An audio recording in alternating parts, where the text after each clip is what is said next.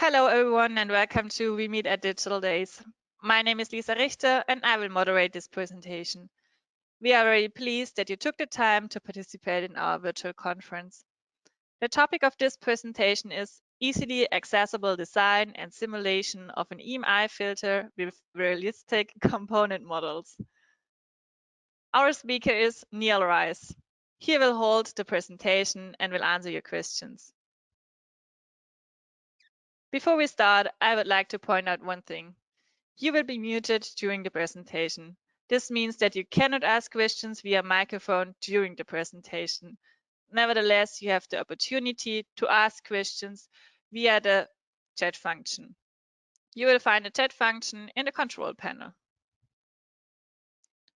This presentation will be about 30 minutes long.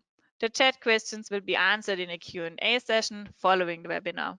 There are 5 to 10 minutes in addition scheduled for this. If we are unable to answer all of your questions within this time, we will answer them via email afterwards. If you still have any other questions left, just mail us at exhibition@we-online.com. We will try to answer all of your questions promptly. At the end of the webinar, you'll be asked to participate in a feedback survey. We would be pleased if you take the time to fill out the survey and help us to improve our event. You will receive the link to the presentation in the next few days. The recording will be available at our website shortly. So now I will hand over to our speaker and I wish you an exciting presentation. Hello, my name is Neil Rice. Welcome to this webinar. So this is about the simulation of an EMI filter with realistic component models. So first of all, REDEXPERT. I'm not sure if you know exactly what REDEXPERT is. REDEXPERT is Würth Elektronik's online simulation and design tool. It was launched in 2015. And currently it has more than 20,000 registered users. So we have 36 product families, so product types of products like power inductors, LEDs, ferrites, and much more. We have 20 simulation applications. So these are specific applications that you can use to simulate your products or simulate multiple products.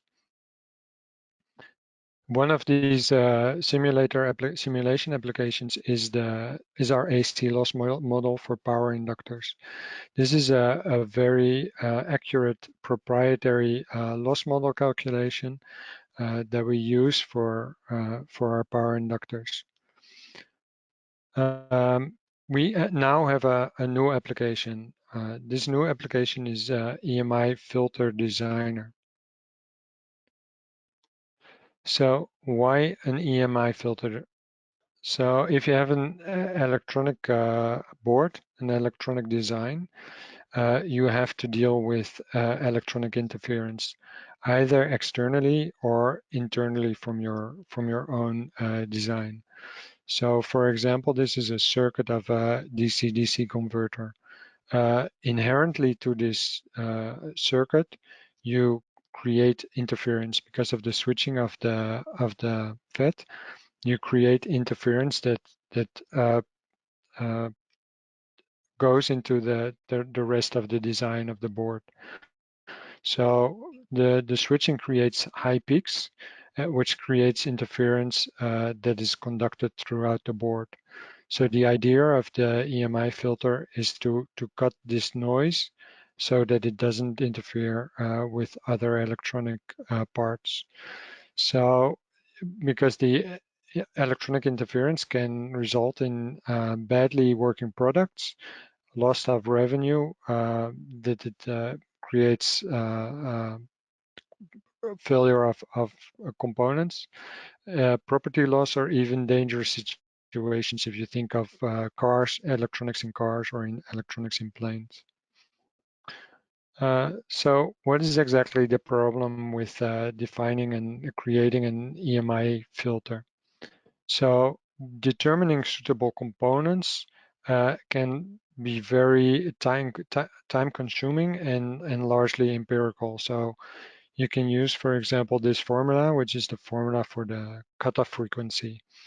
However, using this formula doesn't mean that you achieve the insertion loss that you need. So it doesn't mean that at the exact frequency that you have too much electronic interference, that you will get the damping that you need at that point. Also, this formula is only limited to the LC filter, and it's very difficult to create other types of filters with this. Also, impedances of the entire electronic systems are not considered when using this formula. So, like I said, this formula doesn't consider the attenuation at a certain frequency. It calculates the cutoff frequency, and from there you want to find out that a certain frequency is damped sufficiently. Also, this formula assumes ideal components. So, for example, an inductor, which the electronic symbol is this, is not only an inductor. So, a real component consists, because of the construction of the inductor, of a lot of a more complex circuit. So it has parallel capacitances and parallel resistance and series resistance. When using the simple cutoff frequency formulas, this is not taken into account.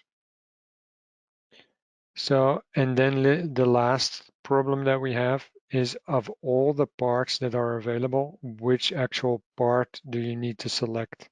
Because it differs either the ideal value or the parasitics that you need to take into account. So this makes the entire process quite complex and very time and consuming and costly. So here's where REDEXPERT EMI Filter Designer comes in. So it takes out the guesswork of your design of a EMI filter. Therefore, it reduces the time that you spend on it and the costs. It's one of the first filter tools from a discrete component manufacturer.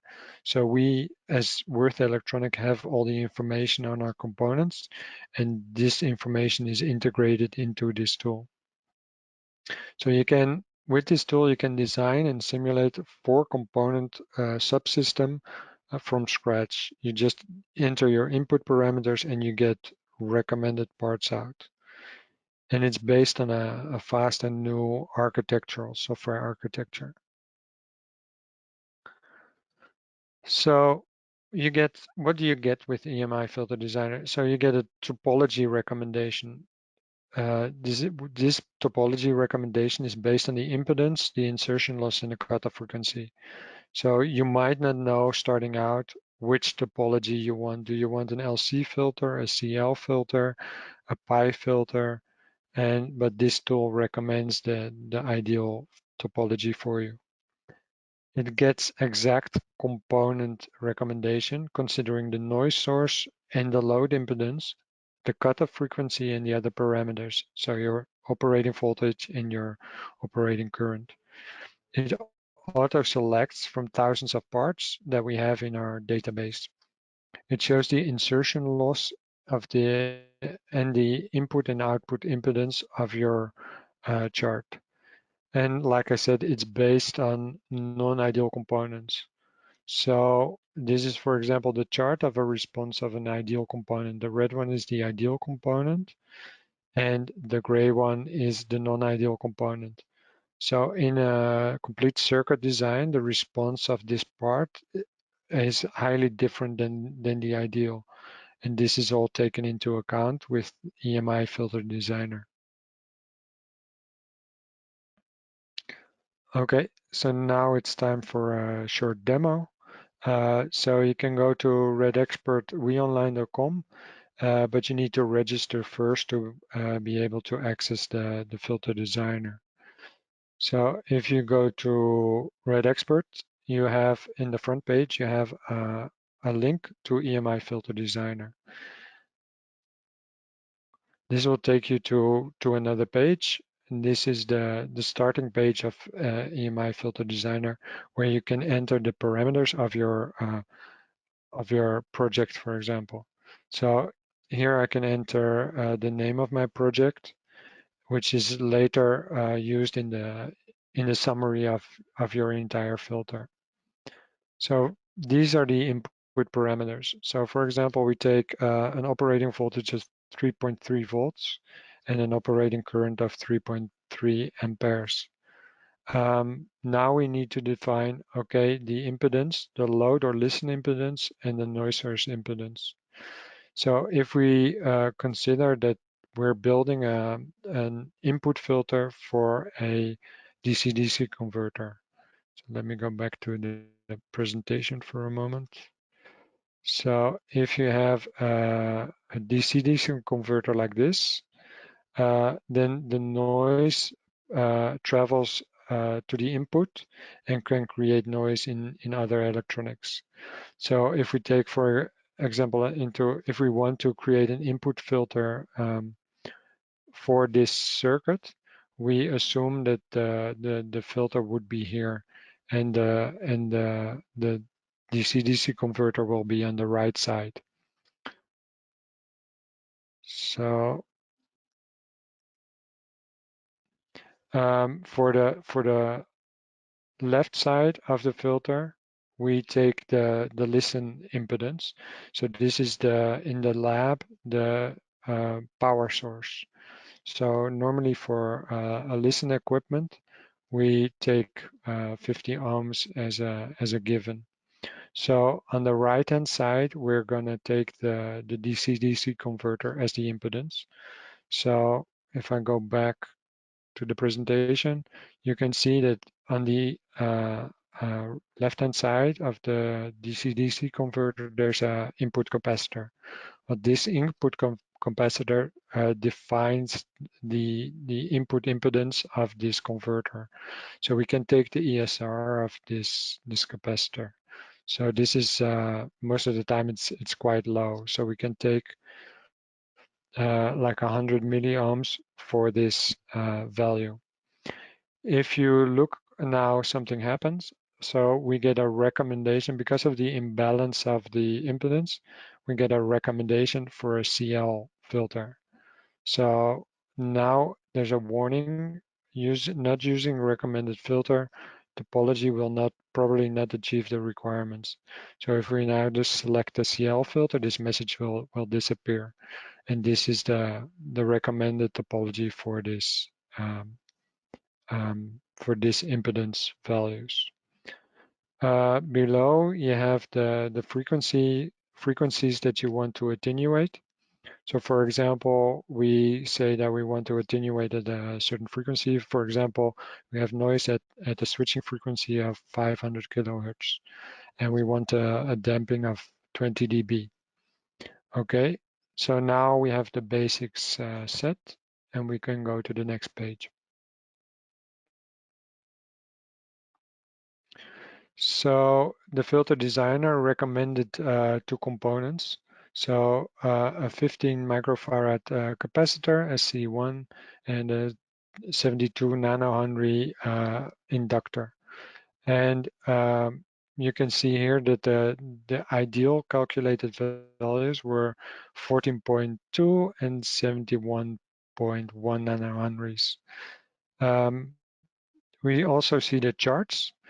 So these charts are based on these actual components, including all the parasitics that come with these components, and the equivalent, the real model equivalent of these components.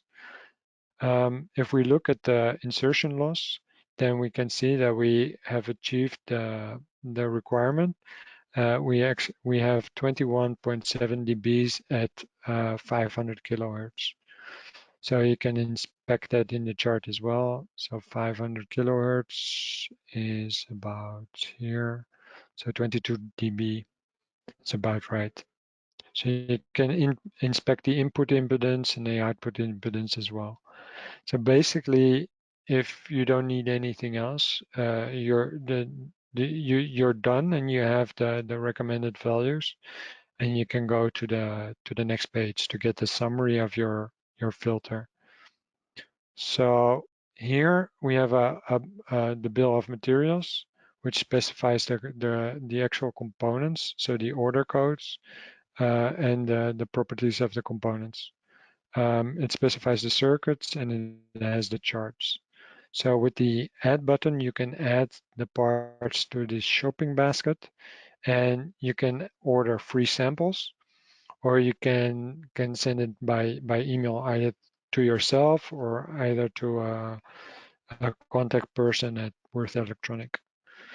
You can also have a print layout of the summary, and this you can either print or print to PDF and then save it on your PC to come back to it later. But maybe you're not done and you want to have a look at some advanced features. So if we go back to the parameters page, so say for example, we want a steeper, a better filter than this.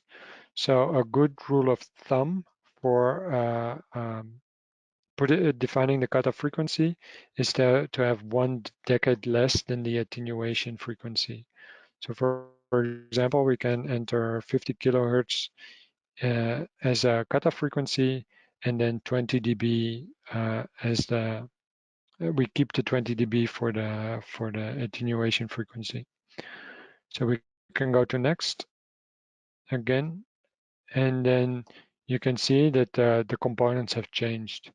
And now we have a steeper chart. So the attenuation, the insertion loss is steeper, and we have an attenuation of 41 dB at 500 kilohertz, and at minus 3 dB, the cutoff frequency, we can look in the chart, is 50 dB, 50 kilohertz, is minus 4.27 dB. So that's quite good for the requirements that we had. So maybe you don't like the component that was suggested here. What you can do is you can click on the button, and then you get the top 5 recommended components. So what you can do is you can select the components, and then you see the differences in responses of the different components. For example, if I select the last one, you can see that the response of this last one is not so good. This will not achieve the requirements that we set up in the beginning. So you can see also that the ESR is quite different. So the components that almost achieve are more likely to achieve the attenuation. They have a very low ESR, and this one has a higher ESR.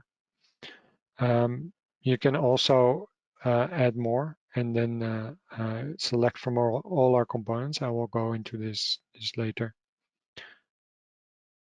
So we have an advanced section as well. So for example, if you only want SMD components, you can select this check mark. If you only want shielded inductors, you can select this check mark. And for high temperature parts, you can select the high temperature only. Also for a shared DC-DC input capacitor, you can input, you can check this box, and you can have a shared input capacitor, for example, for pi filter, that is shared between the DC-DC converter and the filter circuit. If we now enter, for example, a higher attenuation, for example, 65 dB attenuation, then we get, let's enter 45 first. So we get another recommendation. So because of the high attenuation, the CL filter does not achieve this attenuation. So it is recommended that you take a higher order filter like pi or T filter to achieve this this value. So we can go to the next. Oh, I did it wrong. So 45. We go to next. And then we have a 65 dB at 50 kilohertz. So, and if we go even higher, so for example, 65. So the only recommended topology that will achieve this high attenuation would be the CL filter. So we can select this one. And then you can see, okay, we only have 60 dB at 500 kilohertz.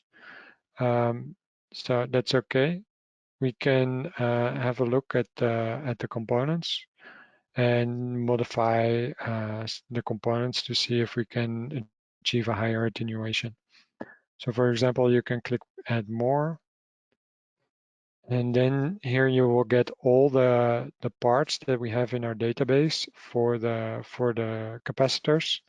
You can do the same for the inductors, and you can filter on the left-hand side, and you can see the parts in the middle. So for example, if I extend this value a little bit, and then I sort on ESR, I want a low ESR, I can select a higher component for higher attenuation with a lower ESR, and I add this component to my filter designer. So now I can select this component again and see what the attenuation is. Okay, so we have with the purple we have a higher attenuation than the part that was selected. So we have 500 kilohertz, minus 61 dB. So this would solve our problem. So I can select it and highlighted item replaces C1. And then we can see, okay, we achieved the attenuation. And you can see in the charts, they're not straight lines. You can see that these are simulated with the real models of the parts. Okay, and then you can go back again to summary and save this. So this is the end of the demo. We can now go to questions and see if I can answer some of the questions that you have. Okay, thank you very much, Neil, for your presentation. This was really interesting. Like you already mentioned, now let's have a look at the questions. You've got now the chance to ask the questions via the chat function in the panel. Just use it to get an answer of your questions. So let's have a look.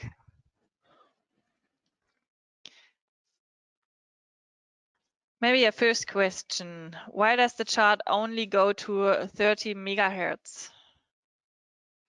Yeah, so that's a good question. So this filter designer is only for conducted differential noise. So this is the first of our development of a filter designer. We want to make it generic for all kinds of types of filter, but in this initial phase, we focused on conducted differential mode first. So if you see, for example, this circuit of the DC-DC converter, the conducted emission is the one that travels along the lines of the circuit, and the radiated emission is that travels through the air, magnetic interference. The conducted emission only goes up to about 30 megahertz. So this is the one that we focused on first, and later we'll probably focus on radiated emission. But for now, it's mainly limited to conducted emissions. Okay, I think there are just two other questions which are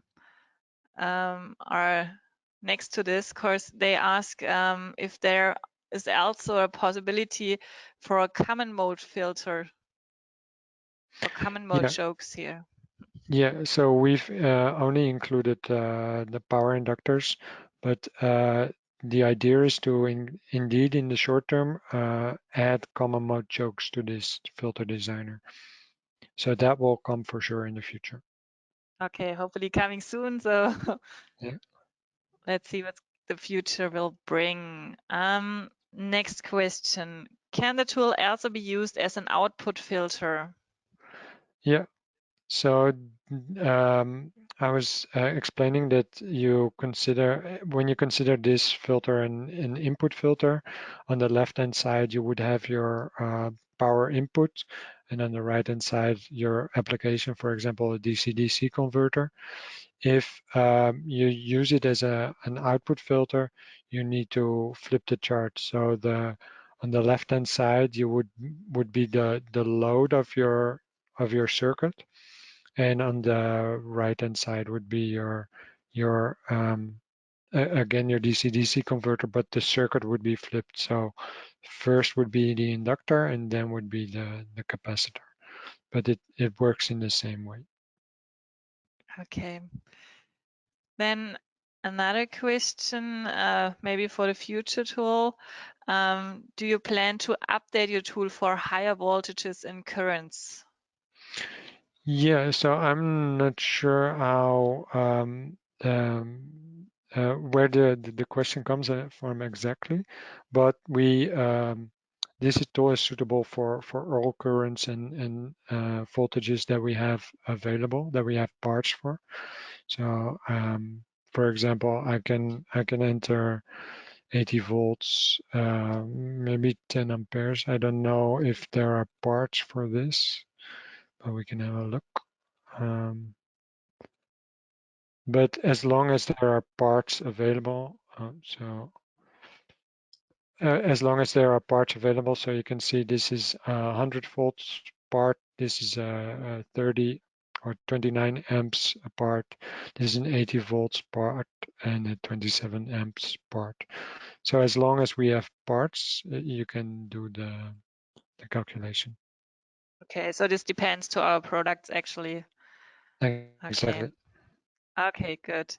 Um, Another question. How do you know how much attenuation you need? By first measuring the emission without filter, or can be somehow estimated? Um, so um, I would say that the one way of doing it is measuring.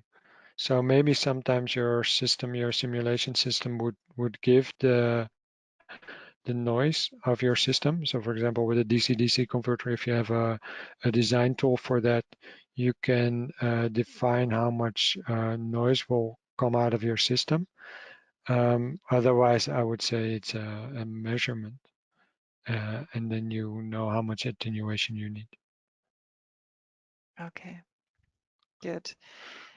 Another question, why is the impedance important?